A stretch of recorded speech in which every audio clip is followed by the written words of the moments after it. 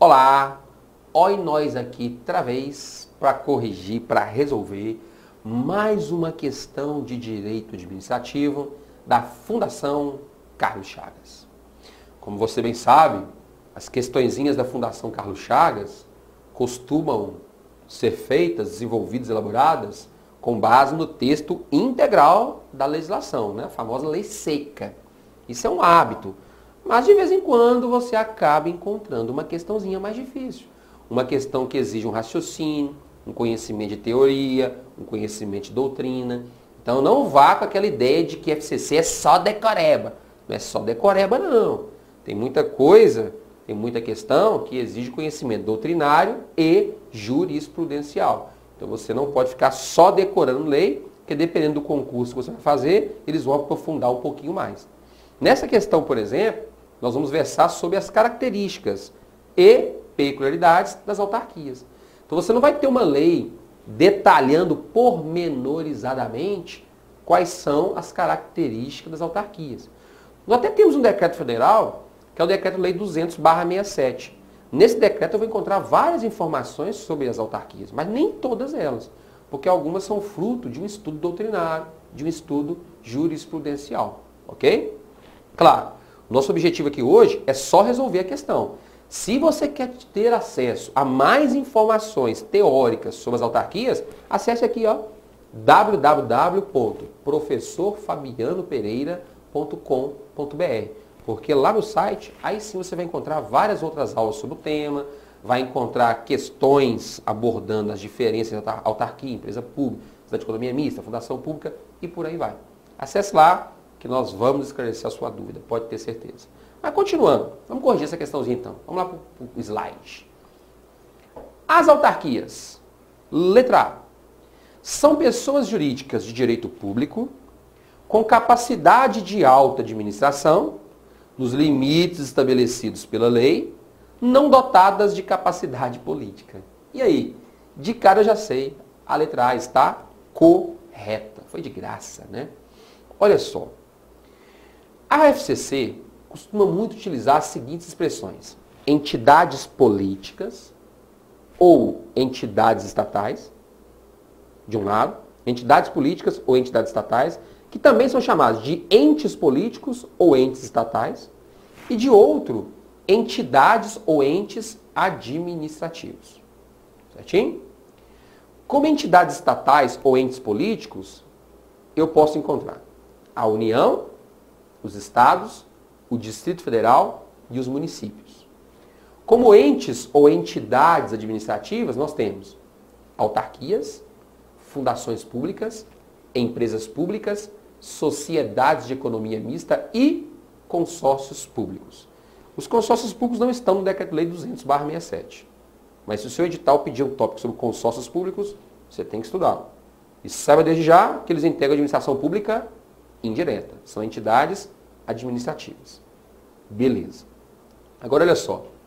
A principal diferença entre entidades políticas e entidades administrativas é a capacidade legislativa, que também é chamada de capacidade política, isto é, capacidade de criar leis.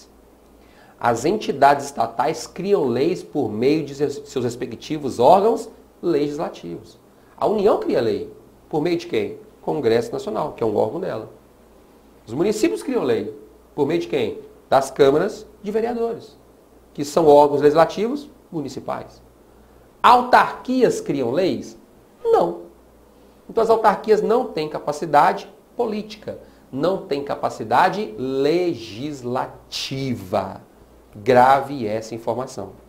Aí veio a letra A e diz o seguinte: as autarquias são pessoas jurídicas de direito público, certinho, com capacidade de administração nos limites da lei, certinho, não dotadas de capacidade política, isto é, não podem criar leis, certinho. Então a letra A está correta e é a resposta da questão. Mas vamos ver as outras. Letra B. As autarquias sujeitam-se ao mesmo regime jurídico das pessoas públicas políticas, União, Estados e Município. Ok? Até aí, está certinho. União, Estados, Municípios e DF são regidos pelo direito público. As autarquias também são regidas pelo direito público. Certinho, mesmo regime jurídico. Vírgula. Com capacidade de auto-administração. Também possuem. E criação do próprio direito. As autarquias criam o seu próprio direito? Não. Elas não podem criar leis. Então, se não podem criar leis, a alternativa B está errada. Letra C. São pessoas jurídicas de direito privado. Ih, de cara já eliminei. Por quê? Autarquias são regidas pelo direito público. Então, de cara já descartei. D.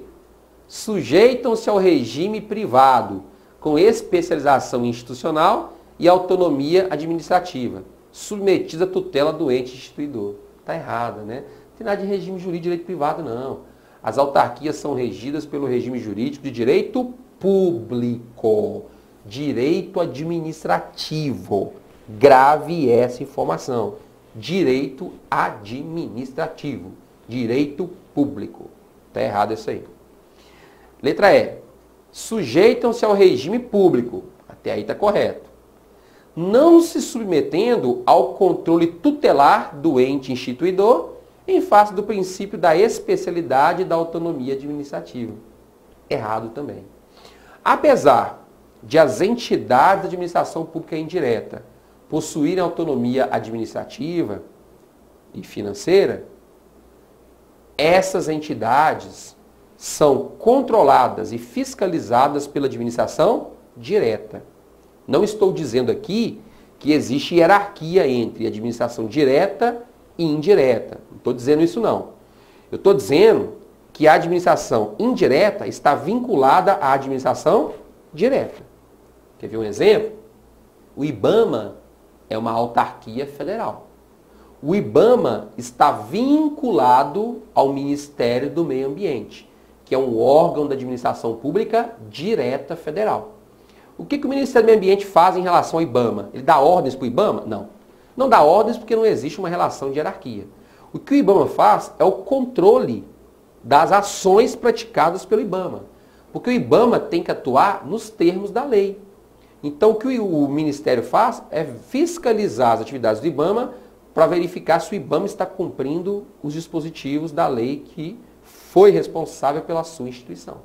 Ok? É o chamado controle finalístico dos fins do IBAMA. Controle finalístico, que também é chamado de supervisão ministerial. Eu tenho um ministério que supervisiona as atividades do IBAMA. Ok? Então não há relação de hierarquia. O que existe é apenas uma relação de vinculação entre essas entidades. Consequência também do chamado princípio da autotutela, ou melhor, princípio da tutela. Não confunda, a autotutela é uma coisa, tutela é outra. Então é consequência do princípio da tutela, que em outra oportunidade voltaremos a tratar dele aqui em nossos encontros para corrigir questões aplicadas em concursos anteriores.